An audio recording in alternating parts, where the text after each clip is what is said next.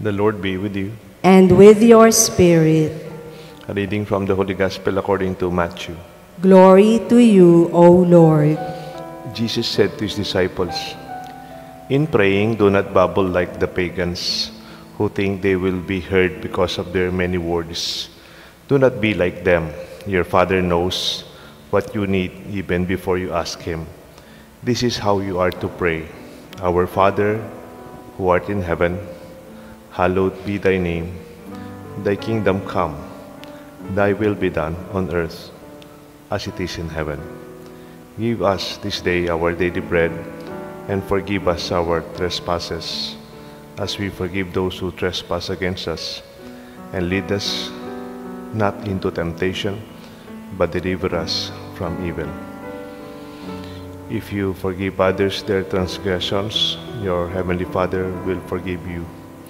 And if you do not forgive others, neither will your Father forgive your transgressions." The Gospel of the Lord.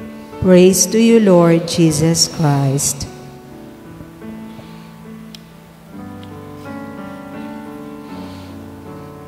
In the name of the Father, the Son, and the Holy Spirit.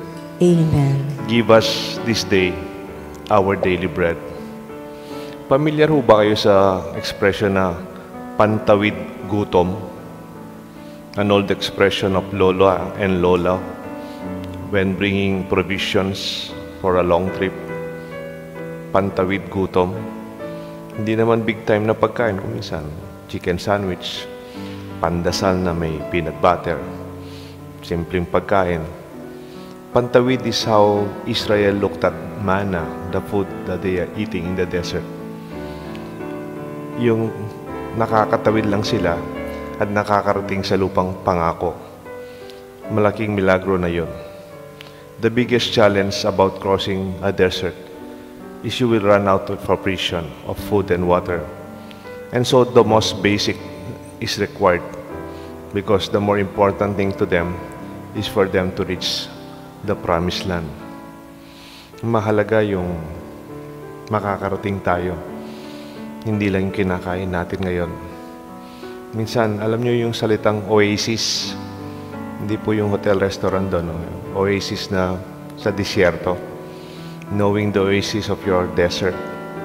Oasis is a small, fertile, and green area in the midst of a desert region. Usually, it's a spring or well, serving as a relief, a refuge, and a pleasant change and charge in the middle of what is unusually difficult, long, dry, and arid desert. With Moses, they had manna, a lifelong crossing, a journey from slavery in Egypt towards freedom in the promised land. Pag nag-anoint tayo, pag may sakit na may anoint, nag-anoint, ang tawag natin, viaticum. Viaticum. Ang gusto sabihin, provision along the way. Parang pantawid. Habang tayo naglalakbay, meron tayong pabaon. Baon para makatawid. Bakal, bantayong sadsad. Binabagtas natin ang buhay dito sa lupa upang makakarating sa langit. Our Father, the prayer today, the Gospel, talks about in Matthew chapter 6. Give us this day our daily bread. Now we understand what we means, not for a bread for a lifetime or long years, but for today. Bantang milabas ko yung patingapon. On the side of my homily, did you know that when you eat something that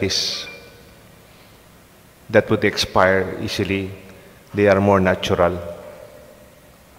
Kunyari, yung kinakain mong bayabas after Sunday, hindi na pwede, di ba? Chico, yung mga natural, yung isda, yung walang maraming preservative. Yung parang pantawid, talagang kinakain natin. Pero yung kinakain natin delata, minsan, nangyari, binigyan ka ng corned beef, quite expiration na 2026. Pero tanungin mo yung baka sa loob, ilang taon ka na nandyan, no? Minsan, it could be many years in this, no? But what we are thinking is the freshness, the naturalness, the organic part of our life. On the side lang po ito. It must be healthier, more than preservatives. And in a way, we see Pantawid Gutom as something that we have a provision for today. Parating fresh. Pope Benedict talked about 2 tables. Our Catholic liturgy, the table of the Word of God, this is the table. Our ambo, the place where the Word of God is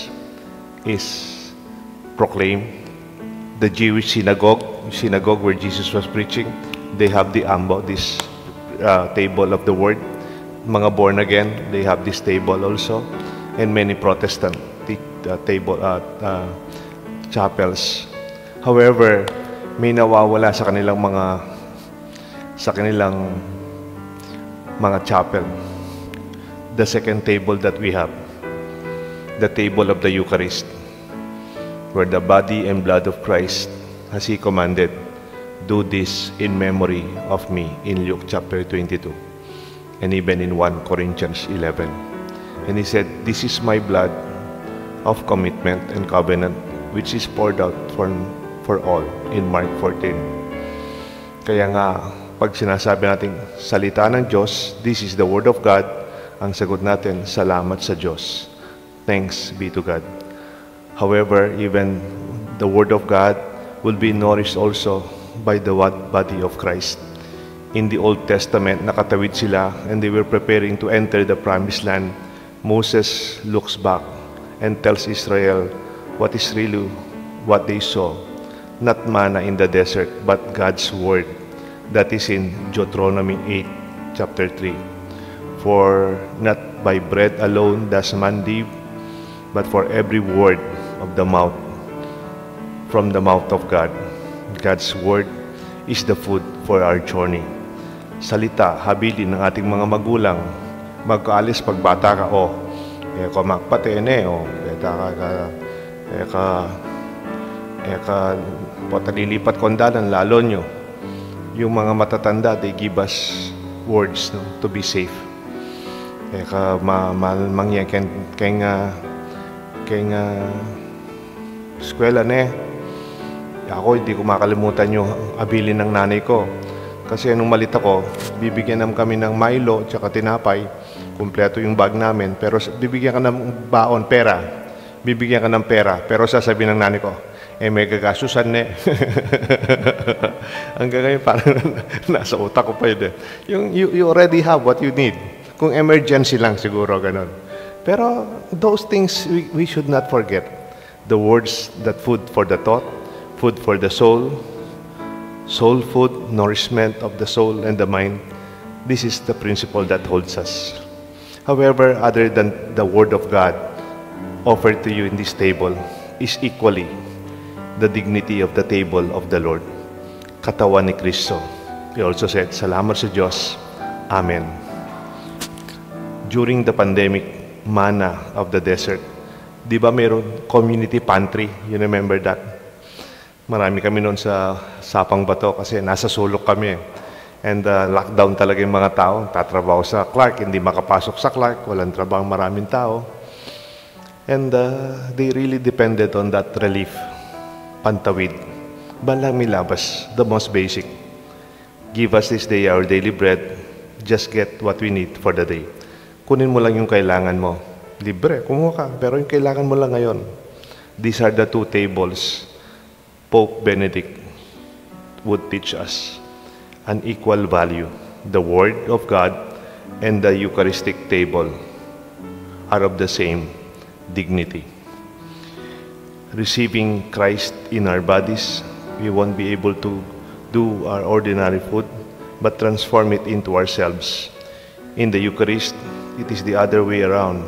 It is Christ who receives us and who welcomes us, incorporates us into His body, the church. When you receive the body of Christ, you think you only receive the body of Christ in you. You are also received into the body of Christ, the bigger church. We are in communion, in charge to grow spiritually into members of Christ. into fellowship with sons and daughters. So when we receive the Holy Communion, we are in communion with the whole church, not only in our parish, not only in our vicariate, not only in our archdiocese. God kept His promise to see them through. Itinawid sila. That is the story of the people of Israel from Egypt to the Promised Land. And maybe our application for this reflection, huwag tumawid mag-isa. Know your oasis to survive. Like the church, like your prayer room, like our daily mass. They are our oasis. The journey is a long travel. Bring only what is essential, necessary to bring your pantawid. Yung mga Pilipino kilala sa heavy traveling. May kaibigan ako, pag nagta-travel sila, yung lalaki hindi nagdadala ng gamit. Kasi pag uwi nila, mas maraming gamit pa uwi. Siya yung hindi bit no. So, I mean, we make our travel light because we have a long way to go. Meron po ako minsan na kwento. Mag-ama sila, nakatira sila in a wilderness, but they have to cross through a very high river. Yung river na yon, malakas yung alon, malakas yung current. Wala pa pong bridge. They really literally have to go through. Yung anak niya malit lang, hindi kaya, lulubog siya. So when they were crossing the river, sabi ng tatay niya, "My son, hold on to me. Talang kakako. Kumapit ka kanako." And nung lumalapit na sila sa tubig, sabi ng anak niya, "No, Dad, you hold on to me. Ikain talan kanako." Sabi ng tatay, "What's the difference?" "Ano pamilya? Talan ka kakao. Kako ka talan. Ali, ikang talan kanako, Dad." The son said to him, "Dad, you have to hold on to me. My hands are very small and they are very weak. Please hold on to me, Father. Your hands are stronger and I know you will never let me go." This is our prayer today. Pantawid. We are at the hands of somebody who will always take care of us and who will never let go.